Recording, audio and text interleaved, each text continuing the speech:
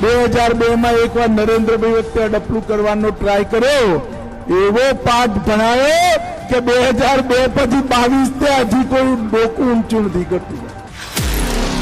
नमस्कार जी, मंसूर आलम रिकवरी 24 आज आपको बताने जा रहा है। जिस तरह आप देख रहे हैं गुजरात का चुनाव नजदीक आते हुए जा रहा है, उस बीच आप देखिए बीजेपी का होश खराब होते हुए जा रहा है। यहाँ के चुनाव को लेकर के हमारे प्रधानमंत्री, गृह मंत्री अमित शाह और सबका होश अभी खराब होते हुए जा रहा है। इस बीच आप देखिए 2002 में जो दंगा हुआ था गुजरात स्टेट के अंदर, लेकिन किसी ने भी इसको अपने ऊपर लेने का कोशिश नहीं किया।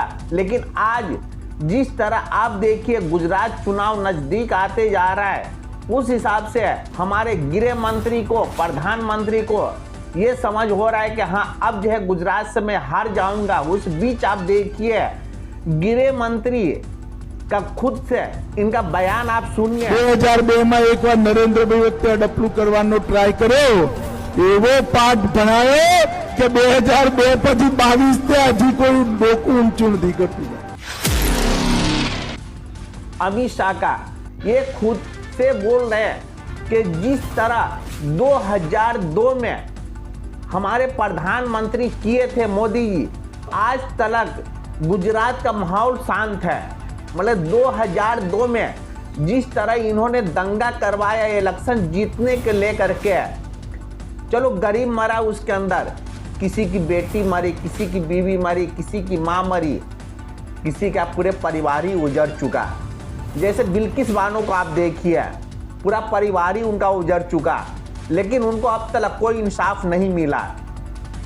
इस बीच आप देखिए जो बीजेपी का मेन यहाँ का जो मंत्री था, उन्होंने खुद से कबूल किया कि ये दंगा खुलेआम करवाया गया गोधरा के अंदर ट्रेनों में, और आग जो लगा ट्रेनों के अंदर जो आग लगा वो आग बाहर से नहीं लगाया गया था, वो आग अंदर से ही लगाया गया था।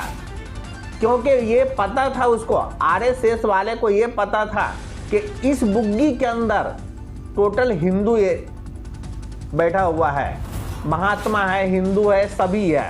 एक कार सेवकों को आने का जो समय था वो कार सेवकों को ही मालूम होता है, या आरएसएस के लोग जो अंदरूनी बात जानते हैं इसको ही मालूम होता है कि ये आने वाले हैं वो है। तो मुसलमानों को कैसे मालूम पड़ा कि डब्बे में लोग बैठे?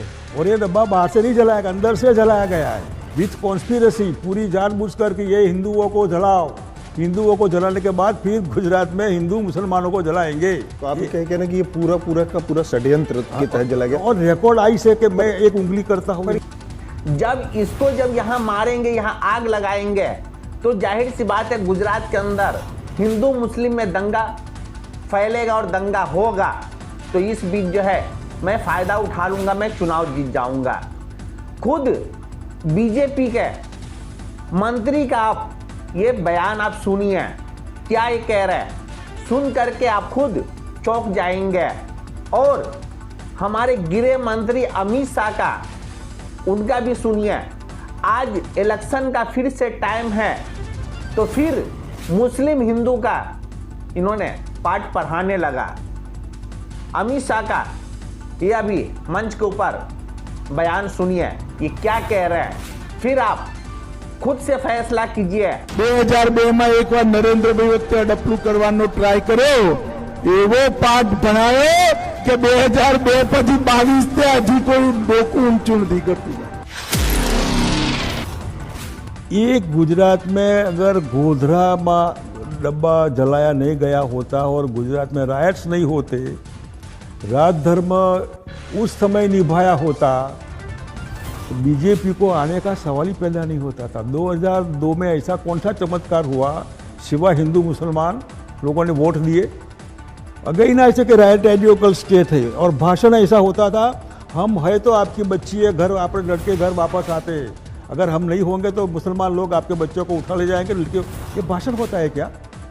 डायरेक्ट एक्शन का। चाहे कांग्रेस पार्टी हो या बीजेपी हो या आम पार्टी हो, ये तो चुनाव को लेकर के हिंदू मुस्लिम को दंगा फसाद करवा देता है। वो तो साइड हो जाता है, वो तो चुनाव जीत गया बस कि ये कहानी खत्म हो गई उसकी। लेकिन हम और आप सोचिए, जनता हमारा सोचे कि हमारा क्या होता है। किसी की बेटी उजड़ जाती है, किसी का बेटा उजड़ जाता है, किसी का पूरा परिवार उजड़ जाता है। क्या 2-5 लाख रुपया जो आपको दे देता है तो क्या आपके घर में जिसकी मैयत होती है तो क्या वो जिंदा हो जाता है? नहीं। तो इसके लिए मेरा आप लोग से एक ही अपील है, ये अमित शाह का बयान सुनिए, जो आज इलेक्शन का टाइम है, फिर से हिंदू मुस्लिम को लड़ाने के चक्कर में फिर से वही मुद्दा को उसने इसी मुद्दा को फिर से उसने उछाला है कि फिर हिंदू मुस्लिम कटे मरे, इस बीच मैं फायदा उठाऊं और मैं इलेक्शन जीतूं। ये फैसला करना आपको है। प्रधानमंत्री को आप बिठाते हैं, मुख्यमंत्री को आप बिठाते हैं, आपको वो नहीं बिठाता है, उसको आप बिठाते हैं। लेकिन आपका परिवार एक जब वीरान हो जाता है उसको ला करके नहीं देगा, चाहे हिंदू भाई का हो या मुस्लिम भाई का हो या सिख का हो या ईसाई का हो, किसी का भी हो। तो आप सोचिए और समझिए, फिर फैसला कीजिए आप। लेटेस्ट न्यूज़ और आपकी ज़िंदगी के दिन भर की बड़ी जानकारी को समझने के लिए और जानने के लिए हमारे चैनल रिकवरी 24 को सब्सक्राइब करें और बाजू वाला बेल आइकन दबा के ऑल पर क्लिक ज़रूर करें और साथ ही में इस वीडियो को लाइक, शेयर और कमेंट भी ज़रूर करके जाएं।